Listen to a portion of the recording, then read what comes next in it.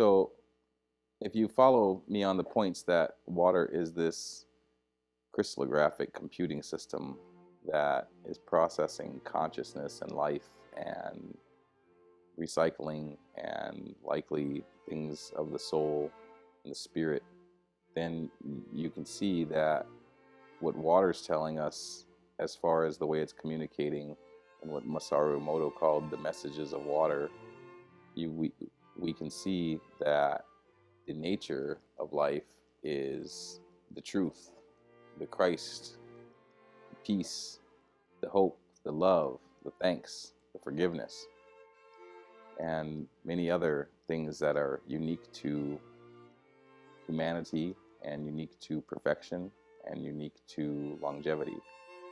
So this nature of what has been deemed or known as Christ, this nature of crystallography is within all of us. This nature of crystallography is within all life, all beings, all forms of life, from plants to microbes to mammals to humans. This is the code of life.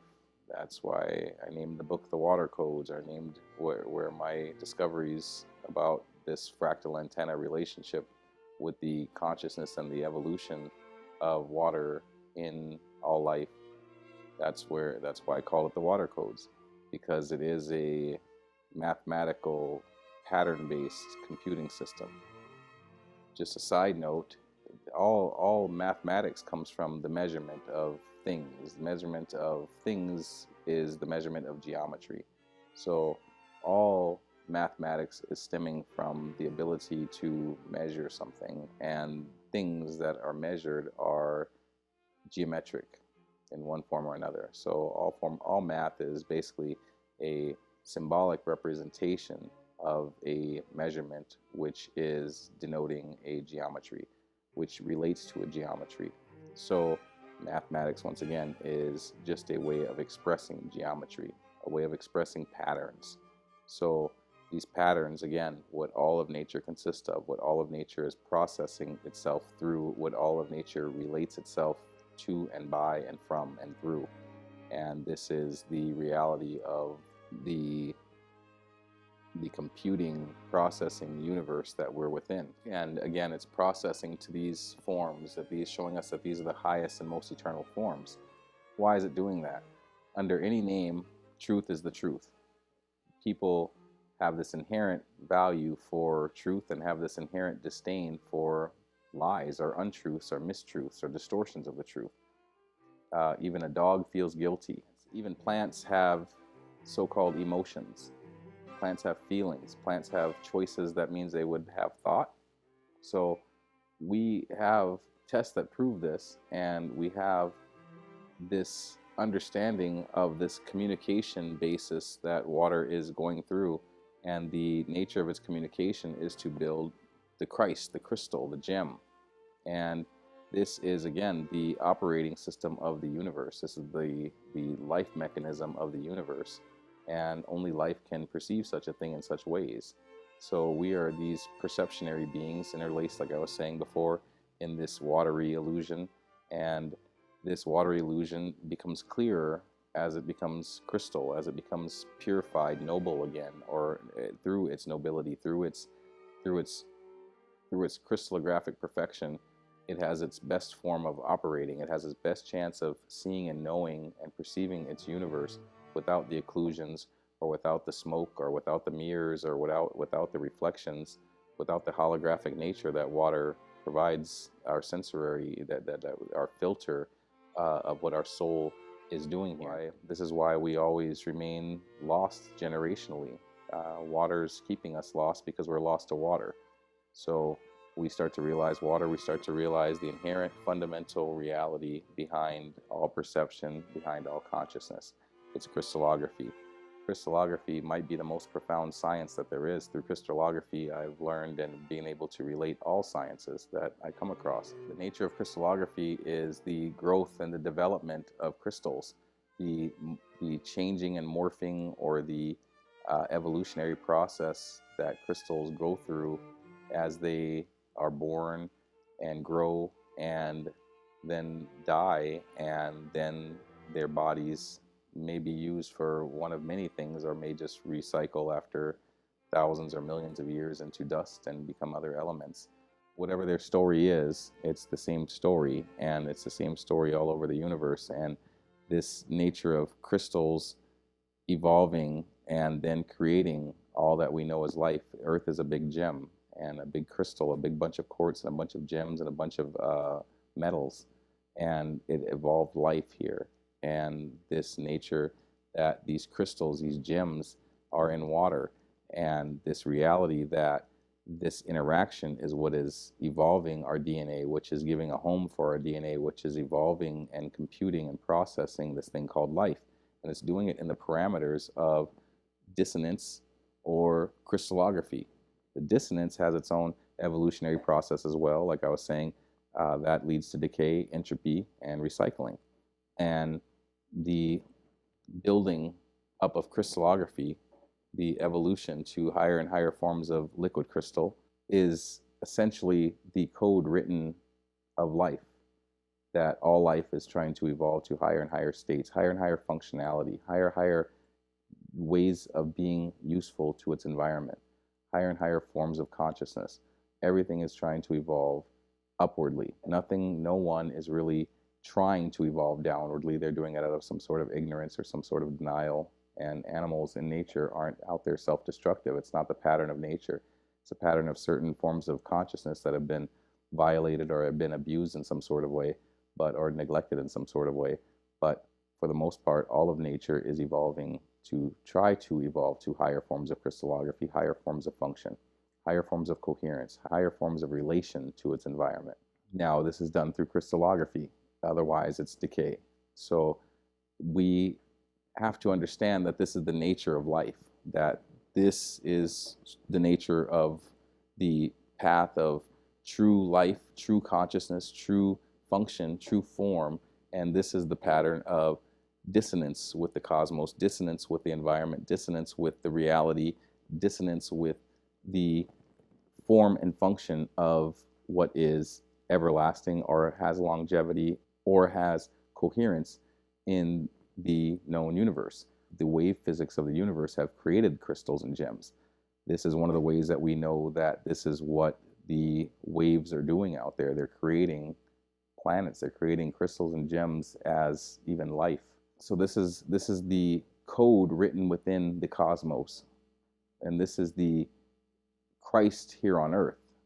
And this knowledge brings us to understand that we are the carriers, the church, the atom, the vessel for the truth, the vessel for God, the vessel for spirit, the vessel for the Holy Spirit, the vessel for the chi, the prana, like I said, the breath of God, the intelligence of nature to reside and to evolve within us, to perceive self through self, in self, and God through self, in self, through self.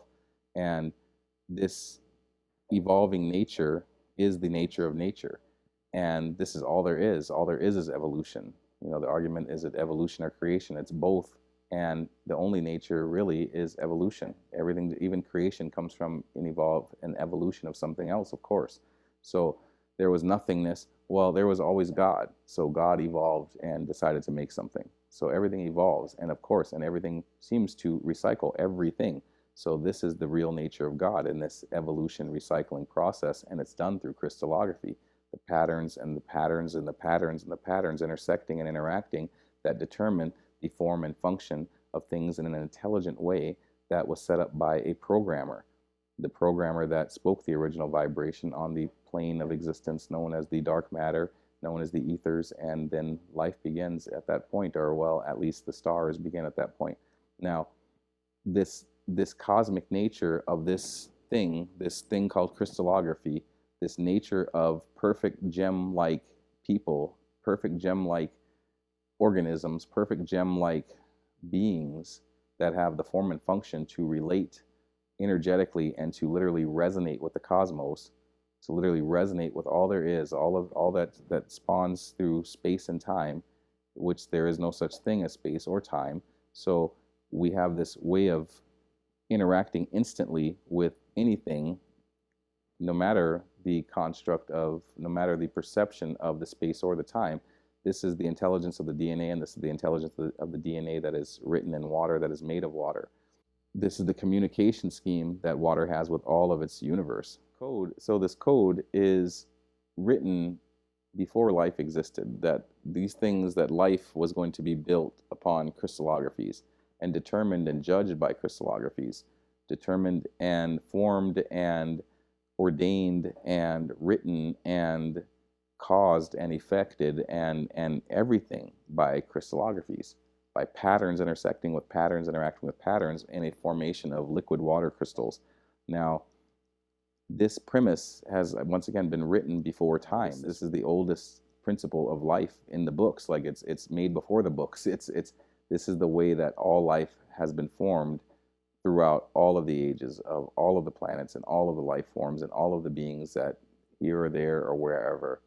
And this parameter, this structure, this computational process that things are going through as we live, we see the evolution of the human race, and it is a determination. It's determined by water, and it's determined based on the parameters of dissonance, incoherence versus coherence, and harmony and structure. And this harmony and structure, once again, has the ability to resonate with all that there is. Every form of crystallography, this fractal antenna of truth contains every crystallography known to man. So it has the ability to communicate on all bands, essentially. On every cell phone carrier, it gets the top secret information, the best downloads, everything. Now, that's the form and function and more of that crystallography, of the coherent crystallography. And this is what nature is trying to do, at least what we can perceive that nature is trying to do. We can see that this is what water is trying to do on a microscopic level that we're perceiving from the macro. We're perceiving each other, but this is really what's going on. And this choice has always been there. This nature of water has always been there. This operating system of water has always been there. This is the nature of crystallography. It's always been there. And this is the nature of the oldest religions on the planet. They're related to crystallography, water crystallography. They couldn't quite see what was going on, but they understood. And they understood when you freeze water, you get certain crystals. They were looking at them. They were scrying into them. They were trying to feel them out. They were psychic. They could see auras and visions and everything else that, all the woohoo stuff they were doing. And they were dowsing the water, and they were asking questions, and they were hearing answers from angels about what this stuff is. And so they had a pretty complex understanding of what water is then. And they realized that this is the nature of the being. This is the nature of humanity. This is the nature of life. This is the nature of God stuff. And this is where water becomes a part of every religion. You have this being that is written into water known as Christ. Well, the Christ is a principle. The Christ is a principle, and whether or not, I don't deny that he was a man, but he's definitely a principle. People can argue day and night whether or not he existed, but the principle exists, and it exists right here. This is just simply a Buddhist monk praying over the water and thinking, or meditating over the water and thinking of the being Christ, or the principles of Christ. And like I said, may not have even known who Christ was, or may not have been, and definitely wasn't in the religion of Christ, except for that there is a principle that he's feeling into, and that principle of love, truth, justice, honor, grace, peace, these type of things, are embodied in that crystallography, these type of. So this nature of Christ is written in water. And like I said, by any other name, this force of wellness, this force of peace, harmony, these type of things, it's written into water. And this is what gives us our religions and our avatars. And the primary avatar, the one that's said to be the causation of humanity, the basis, the primary form of humanity, that being Adam. And Adam is the original human water code. Adam is the original thing that brought us the natures of grace and hope and peace and longevity and long-suffering and love and forgiveness. And these type of things maybe have, these things maybe have some existence in the animal kingdom, but these things are what separates man from the animal kingdom. So with Adam, there is this premise of nature that changed, this water code that began to be essentially upgraded with this principle known as Adam. This principle, again, we can argue if it was a real person or if it was just a principle, a force, or a message, or some shift that is emblemized as Christ or as Adam. So the argument exists whether or not Adam existed or if Jesus existed, but the message, the reality of their premise, of their relation to this universe is there. And the relationship to the universe that Adam seems to have is the same as what Jesus seems to have. I believe, as Edgar Cayce stated, that Adam and Jesus were one soul, that they were the same entity, that they were the same being, reincarnated, and that Jesus has been here many times in many different forms. And his first form here on earth was known as Adam. Edgar Cayce stated that Adam had some pre-forms, some energetic kind of pre-forms, but when he became a man fully in human form, this was known as Adam, and this same man was also Jesus in a subsequent life. People argue about this ad infinitum, and few even give it the time of day, but it's the most important fact in all of religion, that Jesus was Adam. And there's many biblical and logical circumstances that will lead one to that understanding, and that understanding is a quantum leap into understanding the Bible, into understanding religion as a whole, into understanding human history, into understanding the form and function of reality. And so one of the biggest notions is that it is written that they are both the Son of God. Not the sons of God. It is written as their titles that they are both the Son of God. Adam's the Son of God, as written in Genesis, and Jesus in the New Testament, of course, is listed many times as the Son of God. Jesus himself said, "Before Abraham was, I am." So I ask, what did he mean by that? Most Christian preachers and the dogma relates that this means that Jesus was one of the principalities in heaven with God before Adam was even created, or of course then before Abraham was created. Well, that's true at some level or another, but the reality is that Jesus was simply stating that before Abraham, he was Adam. And the relation of that also goes into the fact that it was a timeline that he was calling into, but also a religious notion that he was referring to, that before Abraham set forth this religion, I already was existing as Adam. So he was calling it out on basically, I was Adam in the time frame, and I'm older than this, and I am also in a spiritual hierarchy of the situation because I am older than this. I was before Abraham as a person and as a religion.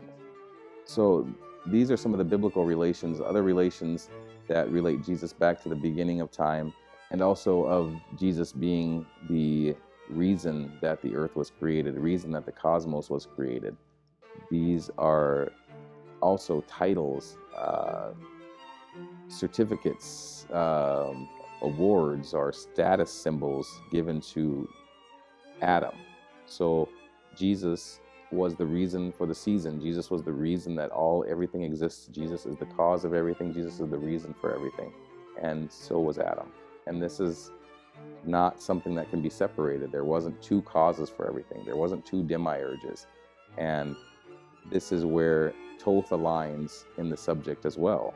And Adam being Thoth, and Adam being Jesus, and Jesus being Thoth as well in different incarnations. Jesus, Thoth, and Adam were all sons of gods. They were all the sun god. Jesus, Adam, and Thoth were all the reason that the universe was created, the reason that the earth was created. They were all the Son of God. They were all the one that was put here because of some type of original sin, some type of sin that was here, and they had to come here and do these lives here. They all had essentially the same karmic lots in their lives, and to find sin, to live through sin, and to evolve through it, and to have these prophecies that they're going to come back and save the day at the end of times. They all have this primal attribute as the origin and of the origin of creation and of the Son of God themselves. These are titles and relations that prove true when you study their histories as a whole. Jesus was a reincarnation of Adam, biblically speaking, and this is what the Bible is basically, the story that Bible is basically telling, and that the lineage was kept sacred.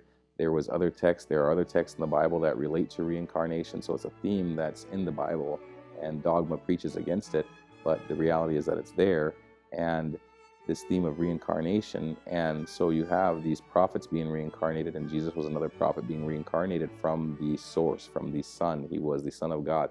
The Genesis, the Old Testament, stating that Adam was a son of God, goes directly against, as a legal terminology, as a fraud, that Jesus would be saying that he's a son of God, that his disciples would be preaching that he would be the Son of God. This would be a equivalent to a fake driver's license or something that would be punishable by the law.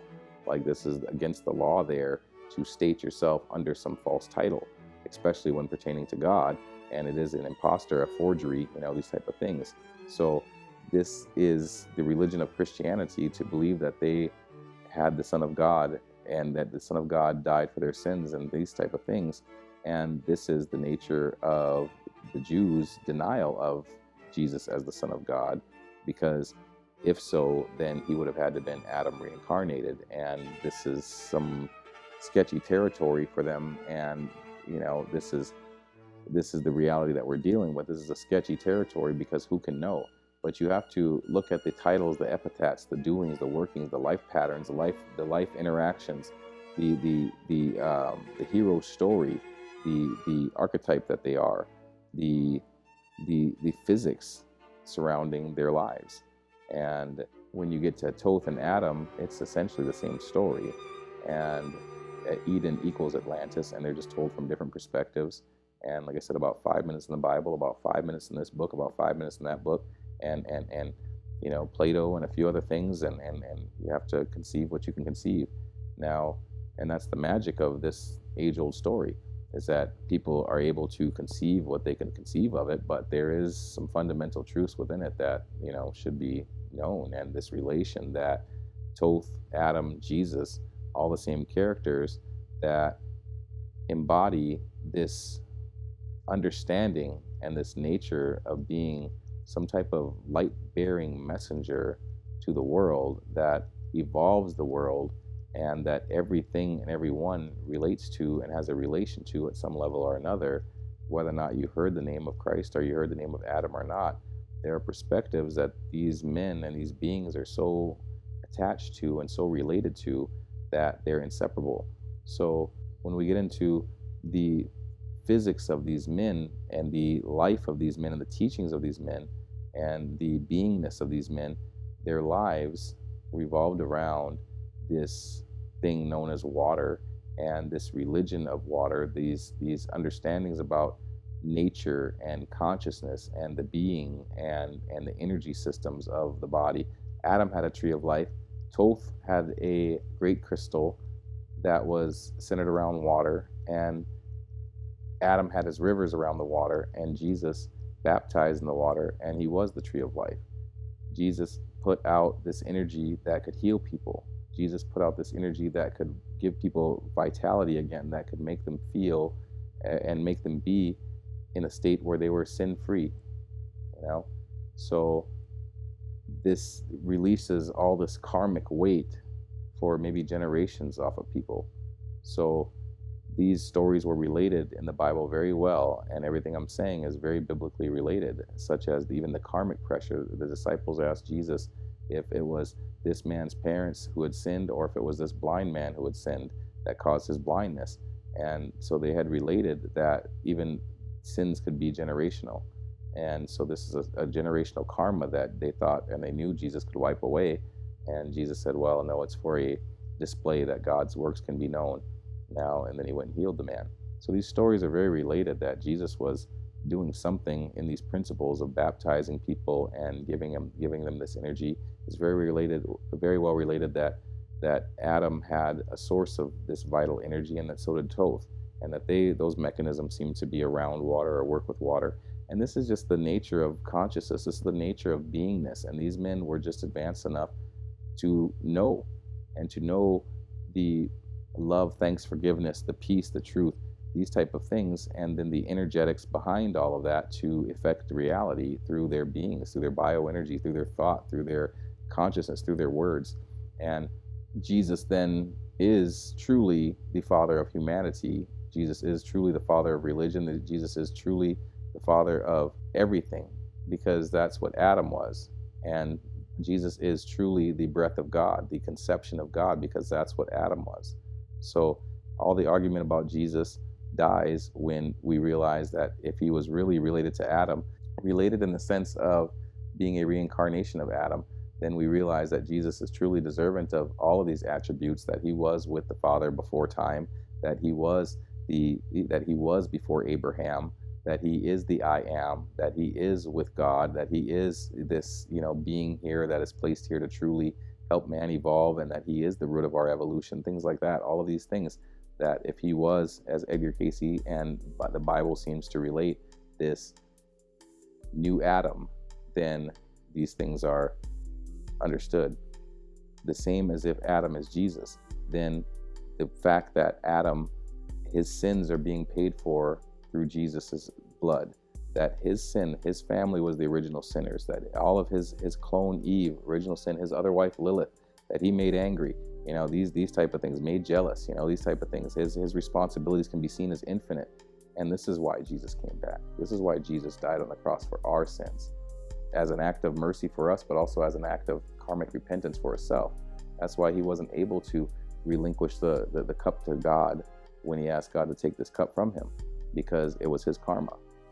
It wasn't a debt that he asked that if there was any other way, and it was his debt. And not to say Jesus is indebted for everything, but it's like Adam might be indebted for everything. Adam might be responsible for everything. So that's what this all links to, is that this code, this karmic structure, this nature of nature that we're all embedded in through DNA and through water, is working itself out. It's a word, as the Bible calls it, this word that God spoke in the beginning of time, this vibration that God set forth, call it the Big Bang, call it whatever you want to call it. This word has been charted. God left prophets that see into the Akashic records, see into the word, and they wrote their story of how this goes. And how it goes is this karmic evolution from Adam to Christ, from Adam to Jesus, to the world Christ, that everybody begins to accept what the truth is. Everybody begins to become the truth. Everybody becomes a full embodiment of what they truly are. And that's a gem, as the Bible describes the children of the New Jerusalem, the promised land, Hippopia, some might call it. This is a worldwide theme, though, that Edgar Cayce even described as the 100th monkey effect, that when 250,000 people get it around the world, when 250,000 people really get the Christ around the world, I do believe this is the message of Christ, that when 250,000 people get that, or 250,000 people get that around the world, that the world will go through a vast metamorphosis, a very quick change in the awakening and understanding through what is really the morphogenetic field, again, us informing each other as brainwave states change because of understandings.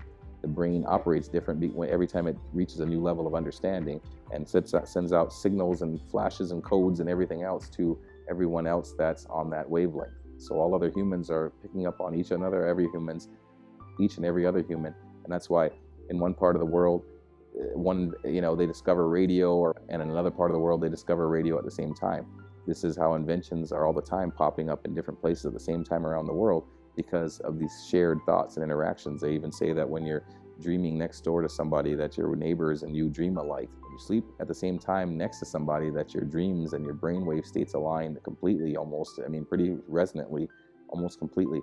Now, and you'll even dream alike and dream similar type dreams, because of the brainwave states being so synced. So we have this nature of evolving each other through fields of energy and communication that aren't quite spoken about too much in science, but this is the real nature of reality, and it is based on a water communication, of course, as we've explained.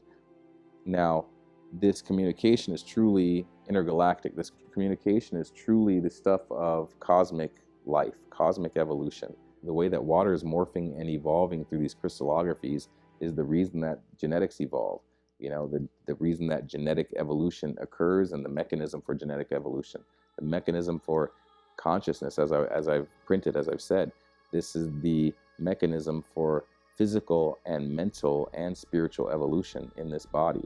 Now, what that means is that the Christ is an intergalactic principle. The Christ is at least a galactic principle.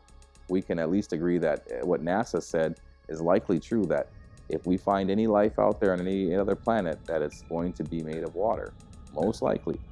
Now, this water is going to exist in these parameters of crystallography. And again, this is what's going on Earth. So we're morphing and evolving through these crystallographies. And we're noticing it mostly in our consciousness, as our consciousness is being affected by all these radio waves and Wi-Fi signals and everything else. And humans are changing. And people will say this is a less friendly world. This is a less caring world. This is a less compassionate world nowadays. Shorter conversations. People don't get along as much. These type of things. And this is part of what's going on because of the way that our water is being affected by these stressors, these energetic stressors that are out here, and we're morphing and evolving because of it. And like I said, so this is a completely intergalactic issue. As above, so below. Like, this is the way it is in the heavens. Like, this is the way every being is responding to its environments and all of the cosmos likely. So this is the pattern of the Christ, the Thoth, the Melchizedek. This is the pattern and the causation of reality and perception of life. And this causation is affected by Adam, Thoth, because they are these avatars that water spawned in order to begin to operate this thing called human life. It's like a computer upgrade or something, and it's a new level of pattern crystallography that can do such computations that are related to the crystallographies of hope and thanks and freedom and peace and love and justice, and these things that are not animal natures. So these things aren't animal natures, likely because they don't have this propensity to build these crystallographies themselves, or to have these crystallographies inherently expressed from their DNA. We have it from our DNA, and that's through Adam, and we have it through our thought processes, from our brains creating structured energy fields as it's firing and synapsing patterns of energy that are building water structures, that are affecting water codes, affecting the water molecule alignments in our body, charging them or decharging them, or structuring them or destructuring the water structure that is inherent in our body with this big capacitance and lightning electrical device called our brain. So these principles of crystallography are nature. They're inherent in the galaxy and likely the universe. And this is the nature of God as a creator, and also in formation through water. This is the nature of God as man. This is the nature of God's creation being himself. There's nothing that can exist outside of God. And as we perceive ourselves in reality as these evolving gems, or less than that, as this evolving pile of earth that's really rapidly decaying, but in essence, like I said, the body's got a program to kind of do that. And regardless, the consciousness is what is the real issue here. The consciousness is what is going to take your soul to the next levels. The consciousness is really what is here to evolve. And that's God evolving God, essentially. So through this matrix of water, through this interaction, through this holographic reality that it provides for itself. Now, what that means is that we have this galactic code. We have this galactic code, and we have this galactic Christ. We have this galactic Adam. We have this galactic Thoth. These are galactic principles that are written in water that have exposed themselves here on Earth, that we've now in 2021 or in 2013 when I wrote this book, these are exposed. We understand, we can communicate about these things now. We can communicate about water crystallography that are seen through atomic microscopes, electron microscopes. We can talk about these things now. Jesus had no way to talk about these things. I say that Jesus was the first documented quantum physicist. And dealing, and maybe there was some before him, but Jesus was dealing on a level that I haven't seen anybody else deal on layers and levels that, are still, the utmost today, and we have actual trained quantum physicists that aren't near the principles of nature and communication and evolution that Jesus was understanding and talking about on many different layers and levels.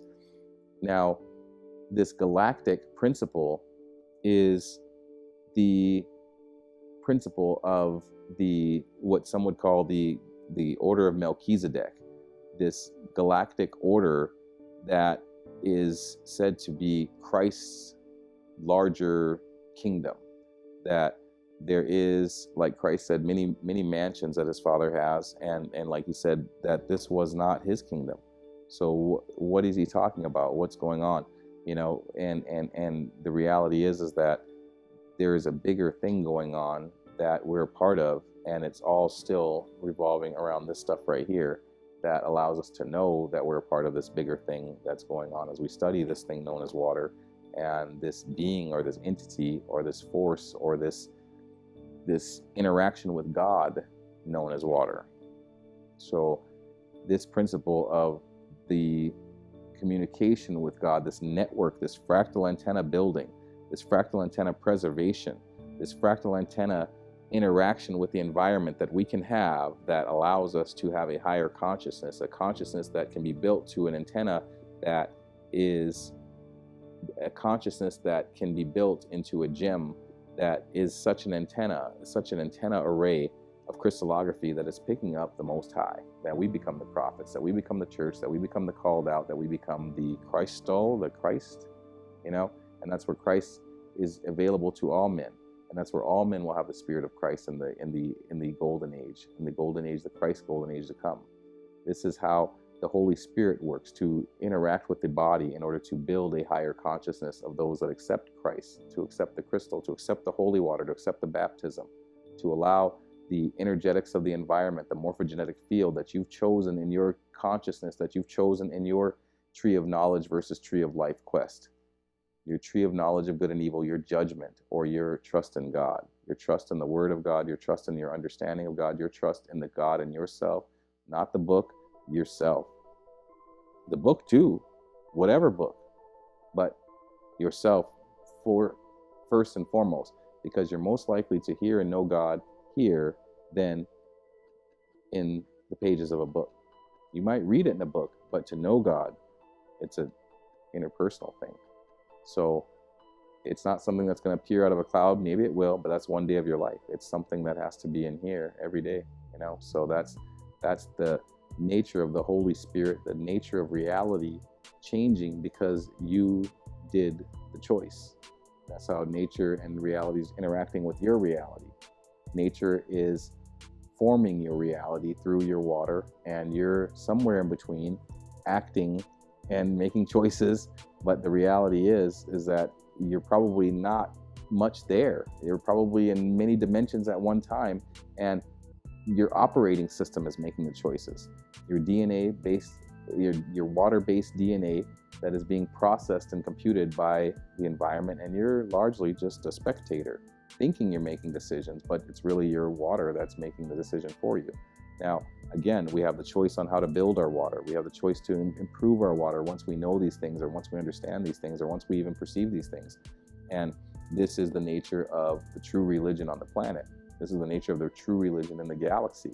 This water thing, this energy pattern, water, geometry, electric field thing, structured energy, patterns of energy that create and affect patterns of energy and water, that create and affect the life and consciousness that we are and that we have. That's it. That's the religion. That's the only science. That's the only science. Everything else is moot and deficient of anything that this entails.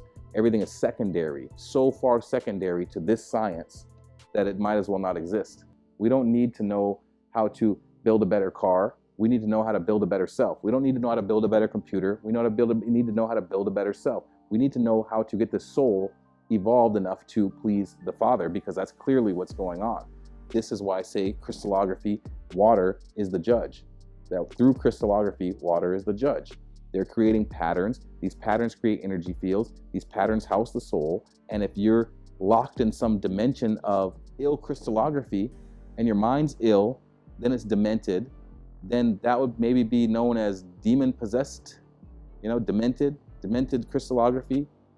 If you're doing a connect the dot drawing and you're not connecting the dots, or if you're coloring outside the line on your picture, that's dementing the lines. That's a demented, action. And so it's simply not connecting the dots or coloring outside the lines, but in this case, say not connecting the dots is demented. This is the way the synapses, this is the crystallography in the body is working. If it's not connecting the dots, it becomes demented. And this is what, like I said, demon possessed, what an ancient would understand as being demon possessed. Now we call it mentally ill.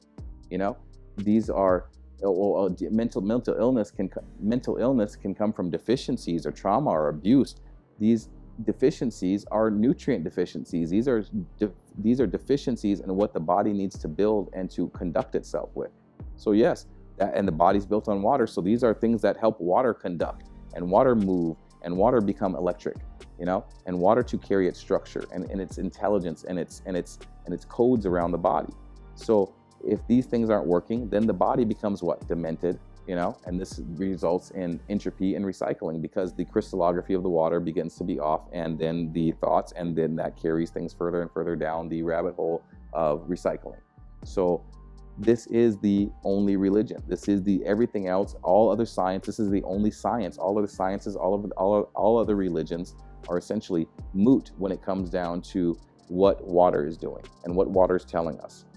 So everything is secondary, and if we were wise, everything would be built upon this knowledge. And that's where, again, the central part of the science and religion that this is comes into play. And the nature of the physics of human consciousness, human interaction, human evolution, this is what it is. The health, the well-being, the peace of the world revolves around this. That's it.